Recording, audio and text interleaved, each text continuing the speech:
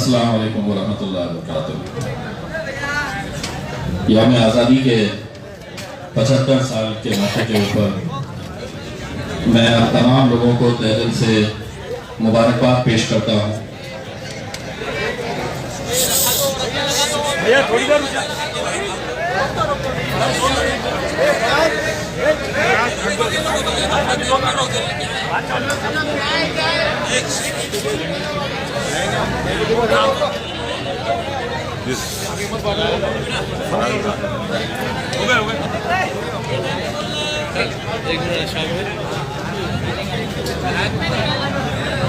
ये मंजर इस मुल्क की हुकूमत में देखना चाहिए था कि जब तिरंगा आया तो उस तिरंगे को हासिल करने के लिए नौजवानों का जोश देखिएगा कि कैसा है कि ये तिरंगा मेरे हाथ में आना चाहिए।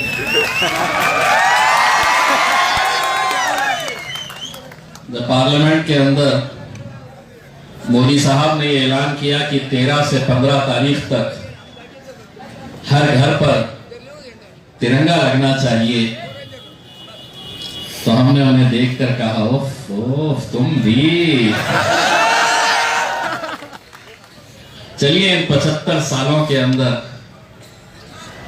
इस मुल्क के मुसलमानों को इस बात का फख्र होना चाहिए कि जो दौर जिसका चल रहा है, जिसकी हुकूमत इस मुल्क के अंदर है, आखिर हम लोगों ने उन्हें मजबूर तो किया है कि उनके झंडे को हटाए और हमारे तिरंगे झंडे को हर घर के ऊपर लहराए।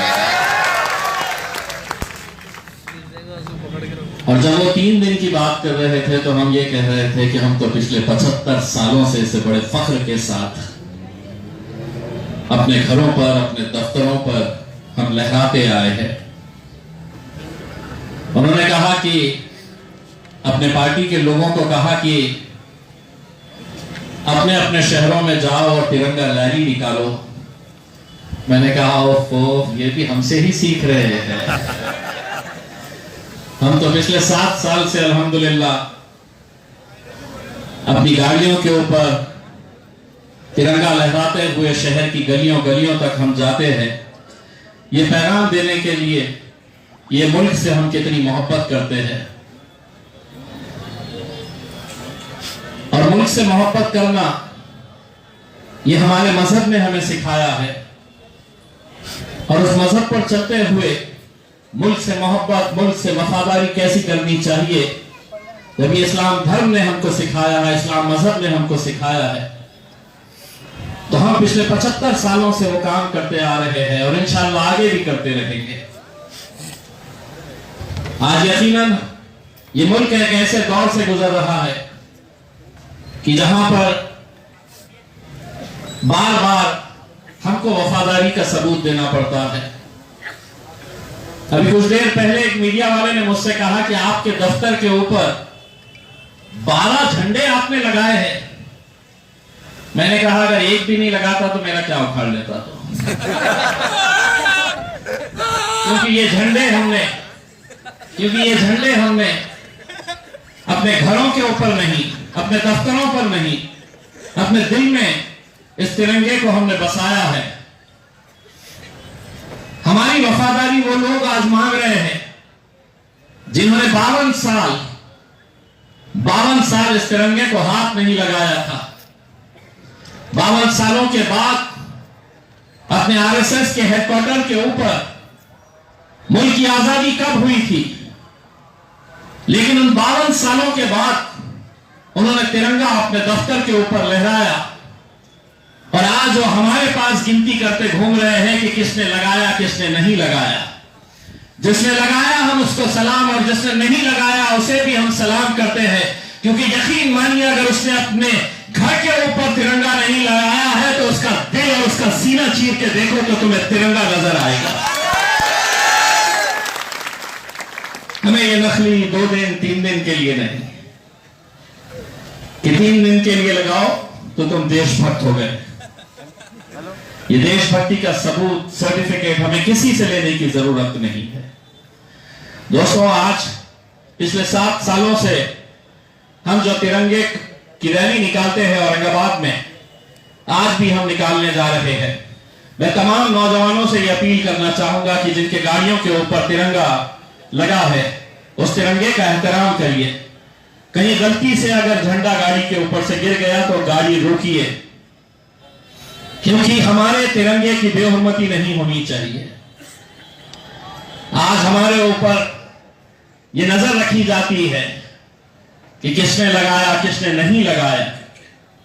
मुल्क में जैसा मौलाना साहब ने कहा, डॉक्टर साहब ने कहा, बहुत जरूरी है अहम मुद्दे, उनके ऊपर भी सरकार को ध्यान देने की जरूरत है। इन 75 सालों के बाद अगर राजस्थान से एक खबर आती है कि 9 साल का एक दलित लड़का, स्कूल में पढ़ने वाला 9 साल का एक छोटा सा बच्चा,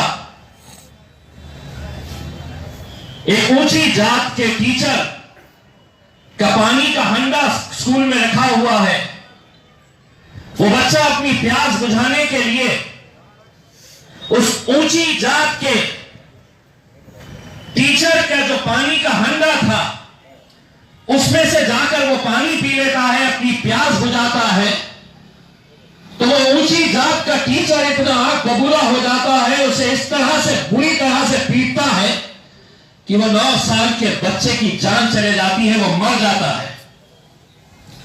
क्या आजादी इसलिए हासिल की गई थी कि हम आजादी के 75 सालों के बाद ऊंची जाति नीची जाति का भेदभाव, ये लड़ाई आज भी जिंदा है। जब मुल्क आजाद हुआ, बाबा साहब अंबेडकर जी ने संविधान बनाया, तो उसी संविधान के अंदर कोई ऊंचा नहीं है, कोई नीचा नहीं है। ये मुल्क जितना नरेंद्र मोदी का है उतना ही अधिकार और उतना ही इख्तियार इम्तियाज जलील का भी इस मुल्क के ऊपर है। कोई बड़ा कोई छोटा नहीं है। लेकिन आज बार बार हमसे वफादारी का जो सबूत मांगते हैं, कहीं ना कहीं आज उन्हें यह तिरंगा रैली के जरिए हमें दिखाना है। मुझे नासिर भाई ने अभी बताया कि अलग अलग पार्टियों के तिरंगा रैली निकली है, किसी में 25 थे तो किसी में 50 थे। जब हम सड़कों पर निकलेंगे तो सड़कों पर हमारे सरों का समंदर देखने को मिलेगा जो तिरंगा लहराते हुए निकलेगा। मेरी सिर्फ आप नौजवानों से अपील है कि कोई ऐसी हुल्लड़बाजी ना करे, कोई गलत तरह के कोई नारे ना लगाए।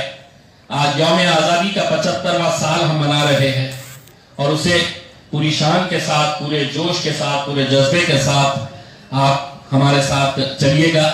मैं इस मौके के ऊपर हमारे जो जिला सदर थे समीर साजिद साहब, उनका तहे दिल से शुक्रिया अदा करता हूं कि 2 दिन पहले ये तय हुआ कि पिछले कई सालों से हम जो झंडा वंदन का कार्यक्रम लेते हैं वो इस बार भी दारुसलाम के ऊपर लेंगे। और 2 दिन के अंदर उन्होंने दारुसलाम को जिस तरह से सजा दिया है, मैं समझता हूं कि समीर भाई के लिए भी आप तालियां बजाकर उनका स्वागत कीजिए।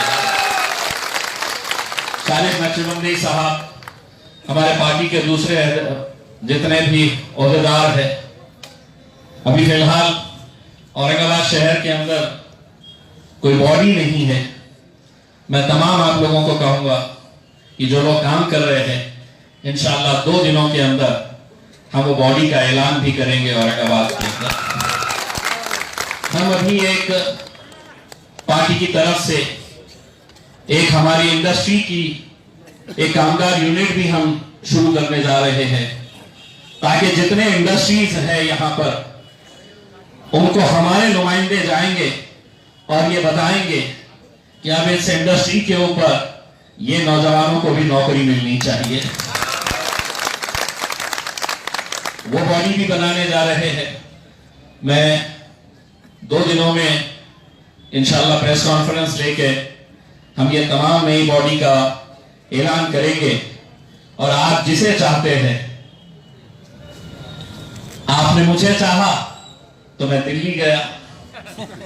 अब आपके शहर की, आपके जिले की नुमाइंदगी जो होना है वो हम इंशाअल्लाह आने वाले 2 दिनों के अंदर प्रेस कॉन्फ्रेंस लेके इसका ऐलान करेंगे। बस आप लोग हमारे साथ तिरंगा रैली के लिए निकलिएगा, कहीं कोई हुल्लड़बाजी ना हो, इसका ख्याल रखिएगा। बहुत बहुत शुक्रिया।